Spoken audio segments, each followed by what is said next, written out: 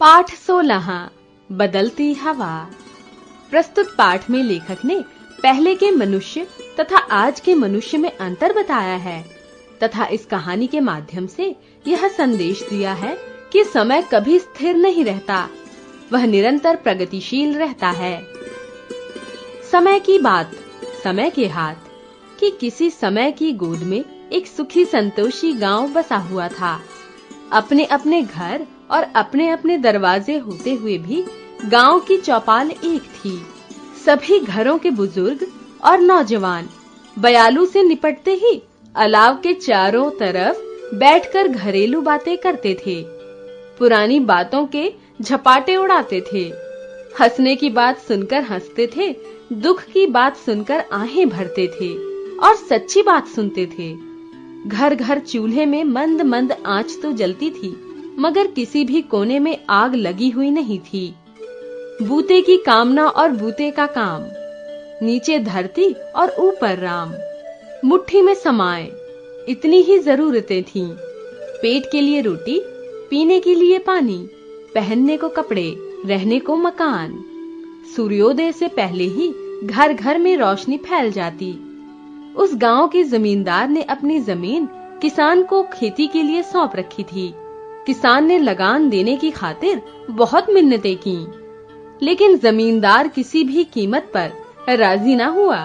किसान ने ज्यादा मगजमारी की तो बोला कि उसके पास काफी जमीन है, मरने पर साथ तो ले जाने से रहा, जो तो बो, कमाओ और खाओ। किसान ने एक दिन खटपट निपटाने के लिए चौपाल में बात चलाई तो बस्ती के सब लोगों ने जमींदार की बात ही रखी।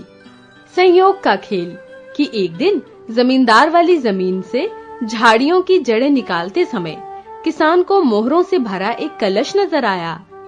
चारों ओर से उकेरने पर एक एक करके 7 कलश हाथ लगे। काम छोड़कर किसान ने तुरंत बैल जोते, गाड़ी पर 7 कलश रखे और तपती दोपहर में जमींदार के घर की ओर चल पड़ा। जमींदार ने दूर से ही गाड़ी को आते देखा तो मन ही मन किसान पर नाराज हुआ। साफ इनकार करने के बावजूद भी लगान की गाड़ी जोत कर लाया तो लाने दो, अच्छी तरह खबर लूंगा। बस्ती की बात को टालने की हिम्मत हुई तो हुई कैसे, लेकिन गाड़ी पर कलश देखकर उसका गुस्सा ठंडा पड़ गया। मुस्कुराकर पूछा, यह फिर क्या नई मुसीबत ले आया? किसान ने भी उसी तरह मुस्कुराते हुए जवाब दिया, लगान न लेने की हेकड़ी तो निभ गई, लेकिन अब यह मुसीबत तो कबूल करनी ही पड़ेगी। ढक्कन उघाड़ने पर जमींदार ने चमचमाती मोहरें देखी तो आश्चर्य से पूछा, बाजरे की जगह खेत में मोहरें पैदा हुई है क्या? पैदावार की बात करने पर तो फिर वही लगान वाला फंदा फंसेगा, इसीलिए वह तुरंत जमींदार की बात काटते हुए कहने लगा, इससे पहले भी किसी के खेत में मोहरें पैदा हुई होंगी। जड़ें निकालते समय ये 7 कलश हाथ लगे हैं, सो कबूल करो। जमींदार की त्योरियां चढ़ गईं। बोला, तेरे हाथ लगे हैं तो तू रख, मेरे यहाँ क्यों लाया? किसान ने भी कड़ाई से जवाब दिया, जमीन तुम्हारी है इसलिए लाया, आंखें दिखाने की जरूरत नहीं है। मुझे काम के लिए देरी हो रही है, शराफत से चुपचाप कलश कबूल करके मेरा फंदा काटो। लगान वाली बात निभ गई, सो ही बहुत है। जमींदार आत्मीयता के स्वर में मीठा उलाहना देते कहने लगा, देख तू फिर अन्याय की बात कर रहा है। जड़ें निकालते समय कलश तेरे हाथ लगे हैं तो मैं कैसे कबूल कर सकता हूँ? मेरी अक्ल तो अभी तक ठिकाने है। अगर अक्ल ठिकाने होती तो यूं तुरंत ना नहीं करते। ऐसी अबूझ बात तो कोई बच्चा भी नहीं करता। जब खेत तुम्हारे हैं तो कलश भी तुम्हारे हैं, इसमें ऐसी कलह की बात ही क्या है? जमींदार व्यंग करते हुए बोला, सारे इलाके के अक्ल का तू अकेला ही इजारेदार दिखता है, हैं? ऐसी बेवकूफी की बात सुनकर बस्ती के लोग हंसेंगे। फिर भी पंचायत बैठाने के लिए मेरी ना नहीं है। किसान ने कुछ तड़पते हुए जोर से कहा, तुम्हारी ना क्यों होगी? मेरी ना है। गरीब के साथ कोई भी न्याय नहीं करता। पंचायत के लायक बात हो तो पंचायत भी कराएं। जमींदार तैश में आकर कहने लगा, तेरे कहने से क्या होता है? कैसे पंचायती की बात नहीं है? उस दिन मेरे खेत में तुझे कर्चा गड़ा था। तब मेरा पांव तो बेकार नहीं हुआ। बता, चौमासे में मेरे खेत पर काम करते समय तुझ पर बिजली गिरे तो तू मरेगा या मैं? मुझ पर बिजली गिरेगी तो मैं ही मरूंगा। खेत मेरा है, तब मुझे मरना चाहिए। बता, मेरे खेत में काम करते हुए अगर तुझे सांप काट खाए तो उसका जहर मुझे चढ़ेगा या तुझे? बोल। अब इन उल्टी सीधी पहेलियों में मत उलझाओ। तुम पर अच्छा खासा विश्वास करके मैं यहाँ आया था। मैं जानता हूं कि पंचायती होने पर मेरे साथ इंसाफ नहीं होगा। तब पंचायती क्यों करवाता है? चुपचाप ये कलश अपने घर ले जा। मैं कहीं भी चर्चा नहीं करूंगा। खूब चर्चा करो, मैं किसी से डरता थोड़ी ही हूं। उधार लिया हुआ मुंह हो तब भी ऐसी बातें करते थोड़ी बहुत शर्म आती है। तुम्हारा माल मैं कैसे घर ले जाऊं? ये कलश जाने और तुम जानो। मैं तो यही गाड़ी छोड़कर खेत जा रहा हूं। इतनी देर में तो आधी जड़ें निकाल लेता। खामखा बहस करना मुझे नहीं पोसाता। और यह आखिरी बात कहकर वह वहां से चल पड़ा। जमींदार ने उसे पुकार कर कहा, देख, बेकार जिद करके मत जा, पछताएगा। हाँ, कोई बात नहीं। जमींदार का गुस्सा समाया नहीं, पर किसान नहीं माना। तब वह कर ही क्या सकता था। घड़ी डेढ़ घड़ी रात ढलने पर वहीं अलाव के पास पंचायत जमी। किसान की बात सुनकर पंचों ने भिड़ते ही उससे सवाल किया, ये कलश अपने आप उछलकर बाहर आए या तूने खोद कर निकाले? निकाले तो मैंने खोद कर ही। कलश अपने आप उछलकर बाहर कब आते हैं?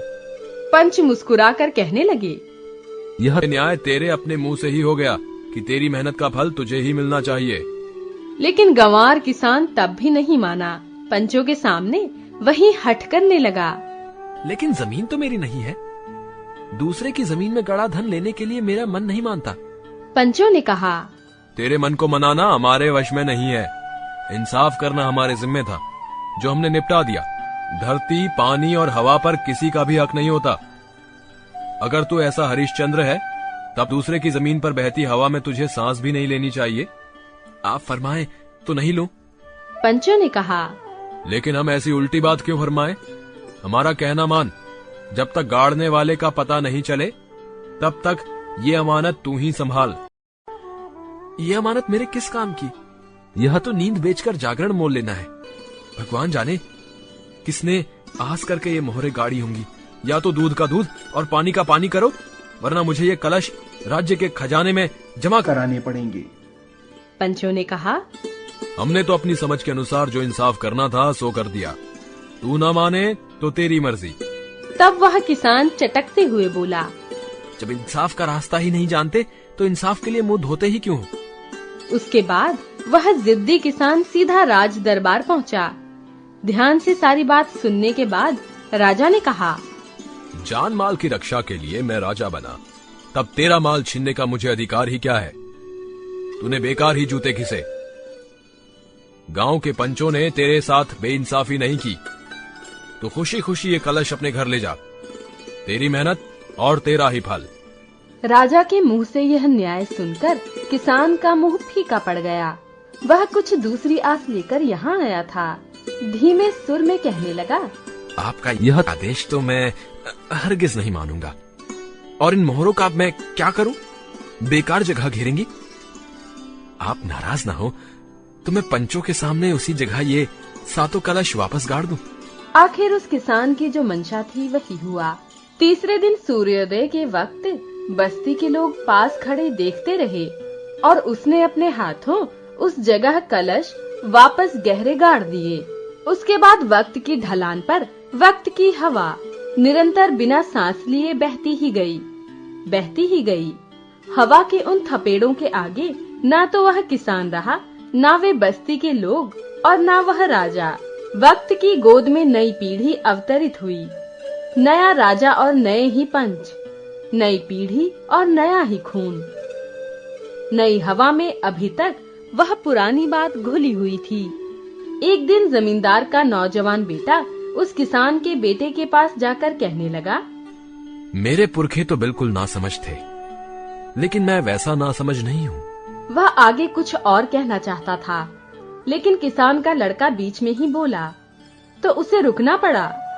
किसान का लड़का मुस्कुराने की चेष्टा करते हुए कहने लगा, आप क्यों ना समझ होने लगे?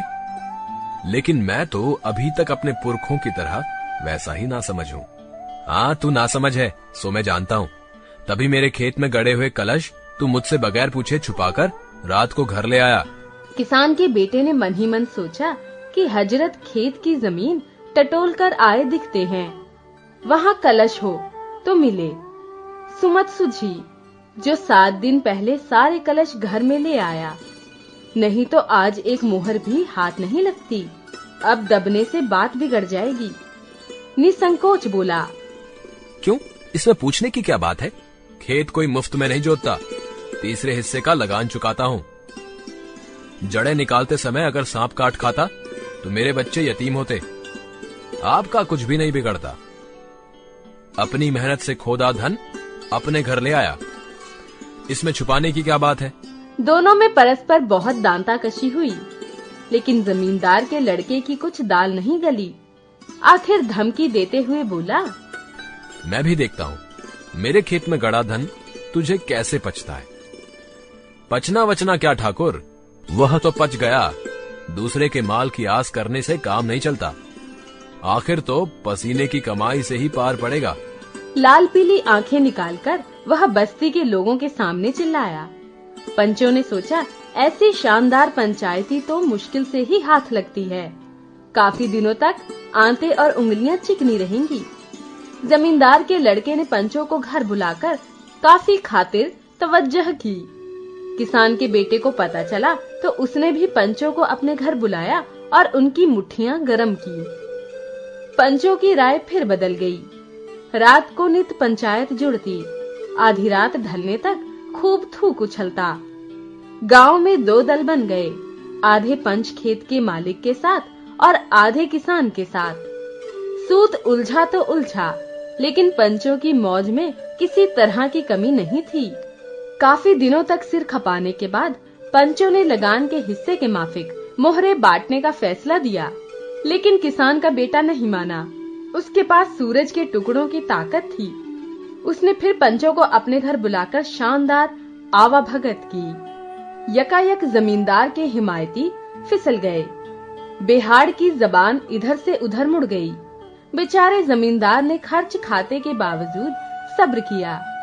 वक्त की हवा फिर अपनी मस्ती में बही, खूब बही। गाछ बिरछों के अनेक पात झड़े और अनेक कोंपले फूटी।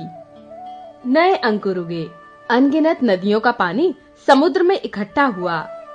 असंख्य सूरज उदित हुए, चोटी पर चढ़े और अस्त हो गए। एक पीढ़ी ठिकाने लगी।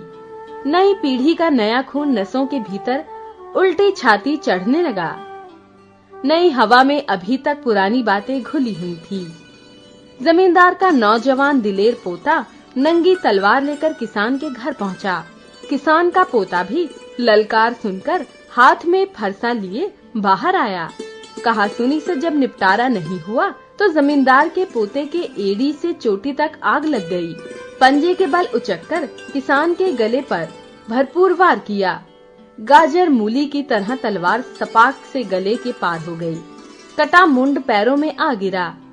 भाभी की चित्कार सुनकर मंझला और छोटा भाई बाड़े से दौड़े आए। दोनों के हाथों में 2 लंबे तड़े थे।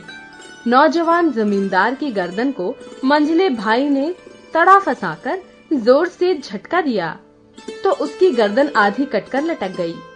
खून के फुहार से सारा बदन सराबोर होने लगा। उस गांव की धरती पर पहली बार पसीने की जगह खून की आकृति चित्रित हुई। गांव के पंच शामिल होकर राजा की शरण में पहुंचे। गड़े धन की बात सुनते ही राजा को गुस्सा आ गया।